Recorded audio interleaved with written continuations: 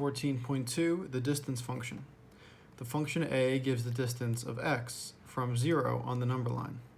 So this is really just standard absolute value function. All right, so we know no matter what this input is, I'm going to have a positive output here.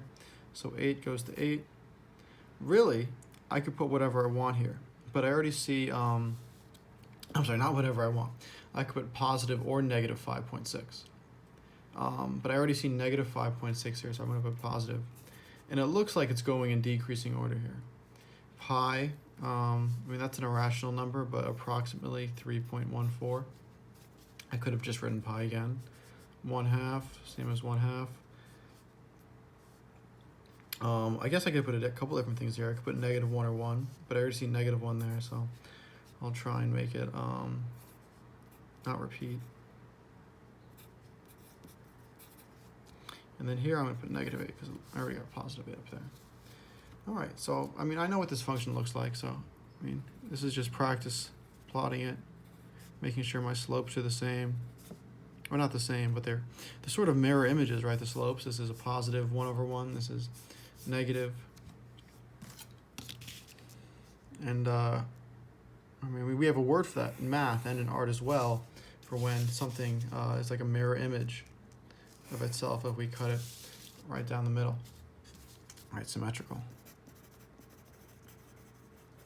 All right, and that's really something that absolute value functions and parabolas have in common.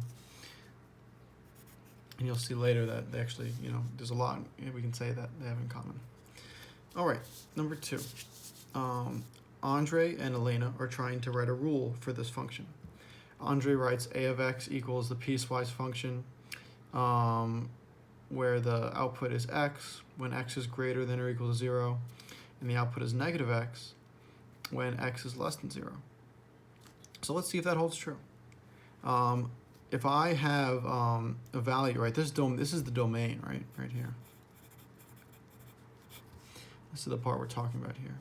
So when x is greater than or equal to 0, starting here, I have the function y equals x. Up 1 over 1, up 1 over 1, up 1 over 1. Right, on this side, right, we have y equals x. Over here, I'm going down 1 over 1, down 1 over 1. Oops, sorry, I didn't show that. Sorry, or y equals x on this line, because we're going up 1 over 1. Here, my equation is y equals negative x, down 1 over 1, down 1 over 1, down 1 over 1. There's no y-intercept here, because it's just plus 0. There's no b value.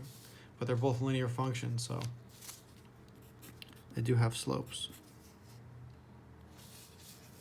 So that's totally valid. This isn't the only domain they could have gotten. Let's try domain 2.0 here. They also could have written x is greater than 0, strictly greater than, and then they could have recovered that point 0 by saying x is less than or equal to 0. All right, like we were talking about on yesterday's lesson, this point really we could say is increasing or decreasing or neither. So there are a lot of different things you could have said. All right, Elena writes a equals absolute value of x. This we know to be true. So why do they both correctly represent the function? All inputs and outputs of both functions are identical.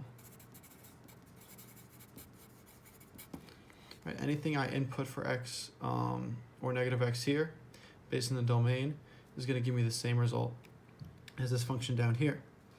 Another thing we should talk about, they call it a function. All right, what's the name of that test I perform on this graph to test if it's a function? All right, the vertical line test. Let's see if that's true. Does this graph pass the vertical line test?